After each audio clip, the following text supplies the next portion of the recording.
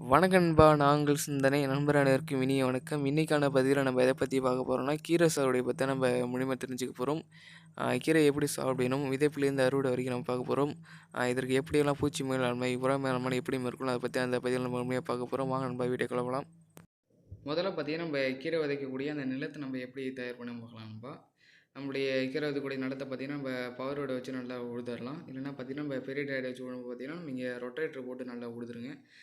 பெரிய பெரிய கட்டிலாம் பார்த்தீங்கன்னா, நல்லா மண் நல்லா தூளாகிற அளவுக்கு நல்லா உழுதுருங்க. அதுக்கு அடுத்தது பார்த்தீங்கன்னா, நம்ம கீரை விதைக்கக்கூடிய இடத்துக்கு பார்த்தீங்கன்னா, நம்ம பாத்தி பிடிக்கிறோம். இந்தமாரி பாத்தி பார்த்தீங்கன்னா 4 அடி அகலமும் 10 அடி நீண்டு கொண்ட பாத்திலாம் நம்ம பிடிச்சிக்கிறோம். அதுக்கு தகுந்த மாதிரி பார்த்தீங்கன்னா, நம்ம வாய்க்கால் அமைச்சிடும். தண்ணி பாசறதுக்கு பார்த்தீங்கன்னா, நம்ம வாய்க்கால் அதுக்கு தகுந்த மாதிரி நல்லா அமைச்சிடும். பாத்தி பார்த்தீங்கன்னா, நம்ம இன்னும் கொஞ்சம் அகலமாக கூட 5 அடி அகலம் கொண்டதாக கூட நம்ம பாத்தி பிடிச்சிக்கலாம். சின்னதாக பிடிக்கும்போது பார்த்தீங்கன்னா, கீரை நடு ரூம் சின்னதாக பிடிக்கிறது நல்லது. நீங்கள் 5 அடி பிடிச்சாலும் ஒன்றும் பிரச்சனை இல்லை, அந்த அளவுக்கு பிரச்சனை இருக்காது. அடுத்ததாக பார்த்தீங்கன்னா, நம்மளுடைய பாத்தி பிடிச்சக்கூடிய இடத்த பார்த்தீங்கன்னா, புல்லு அதில் இருக்கக்கூடிய அந்த புல்லு எல்லாத்தையும் பார்த்தீங்கன்னா நம்ம அரிச்சு எடுத்துரும். ஏற்கனவே இந்த காஞ்ச புல் இருக்கக்கூடிய அதனுடைய எல்லா புல்லையும் அரிச்சு எடுத்துரும். அதுக்கப்புறம் பார்த்தீங்கன்னா, இந்த பாத்தியில் 4 மூலையும் பார்த்தீங்கன்னா நல்லா மட்டமாக நிறைய விட்டுரும். எல்லா இடம் பார்த்தீங்கன்னா சமமாக இருக்க மாதிரி மூடு பள்ளம் இல்லாத மாதிரி நம்ம நல்லா நிறைய விட்டுரும். அடுத்து பார்த்தீங்கன்னா விதை தான். நம்ம கீரை விதை பார்த்தீங்கன்னா, நம்ம ஒரு மடங்கு கீரை விதைட்டு பார்த்தீங்கன்னா 4 மடங்கு மணல் சேர்த்து பார்த்தீங்கன்னா நம்ம கீரை விதை விதைக்கிறோம். கீரை விதையை பார்த்தீங்கன்னா 4 மடங்கு மண் சேர்க்கும் பார்த்தீங்கன்னா, கீரை விதை பார்த்தீங்கன்னா நல்லா எல்லா இடத்துலையும் பரவி விடும், நெருக்க விழாமல்.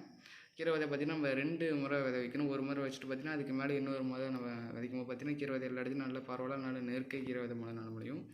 அடுத்தது பார்த்திங்கன்னா, அடி உரமாக பார்த்திங்கன்னா நம்ம டிஏபி பார்த்திங்கன்னா நம்ம போடுறோம். இந்த இடம் பார்த்திங்கன்னா 2.5 சென்ட் நம்ம போட்டிருக்கிறது. 2.5 சென்ட்டு பார்த்திங்கன்னா ஒரு 2 கிலோ டிஏபி போதுமானது வரும்.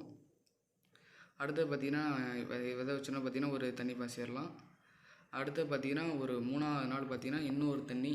3ஆவது நாள் பார்த்திங்கன்னா, நம்ம கீரை விதை முளைக்கிறதுக்கு முன்னாடி 3ஆவது நாள் ஒரு லைட்டாக மேலே பார்த்திங்கன்னா மேலோட்டமாக ஒரு தண்ணி விட்டு வரும். இந்த தண்ணி பார்த்திங்கன்னா விட்ட உடனே பார்த்திங்கன்னா 4ஆவது நாள் கீரை விதை பார்த்திங்கன்னா நல்லா முளைச்சி வர ஆரம்பிச்சிடும். 4 நாள் 5ஆவது நாள் பார்த்திங்கன்னா நல்ல கீரை விதை பார்த்திங்கன்னா நல்லா நெருவாக முளைச்சிருக்கும். 4ஆவது நாளே முளைக்க ஆரம்பிச்சிடும் 1-2 இடத்துல. 5ஆவது நாளை பார்க்கும்போது பார்த்திங்கன்னா நல்லா எல்லா இடத்துலையும் நெருவு கீரை விதை பார்த்திங்கன்னா நல்லா முளைச்சி வந்துடும். பார்க்குறது பார்த்திங்கன்னா எந்தளவுக்கு அழகாக முளைச்சி பார்த்திங்களா.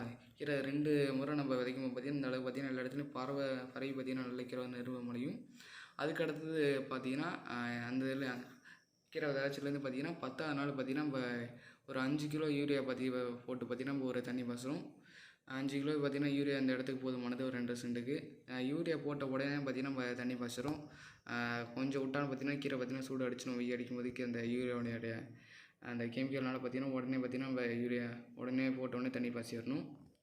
அடுத்தது பார்த்திங்கன்னா 12ஆவது நாள் கீரை பார்த்திங்கன்னா நடுவில் எப்படி இருக்குது பார்த்திங்கன்னா, 12ஆவது நாள் இந்த இது நெருவ யூரியா போட்ட உடனே பார்த்திங்கன்னா நல்லா டக்குன்னு வளர ஆரம்பிச்சிடுது கீரை. அடுத்தது பார்த்திங்கன்னா, நம்ம ஒரு 14ஆவது நாள் பார்த்திங்கன்னா கீரை எந்த அளவுக்கு இருக்குது பாருங்கள். இந்த 14 நாள் பார்த்திங்கன்னா நம்ம கீரை விதையை பார்த்திங்கன்னா நம்ம அதில் பார்த்திங்கன்னா நிறைய புழு வந்து தாக்க ஆரம்பிச்சிருக்கும். புழு பார்த்திங்கன்னா இந்த இலையெல்லாம் தின்ன ஆரம்பிச்சிருக்கும்.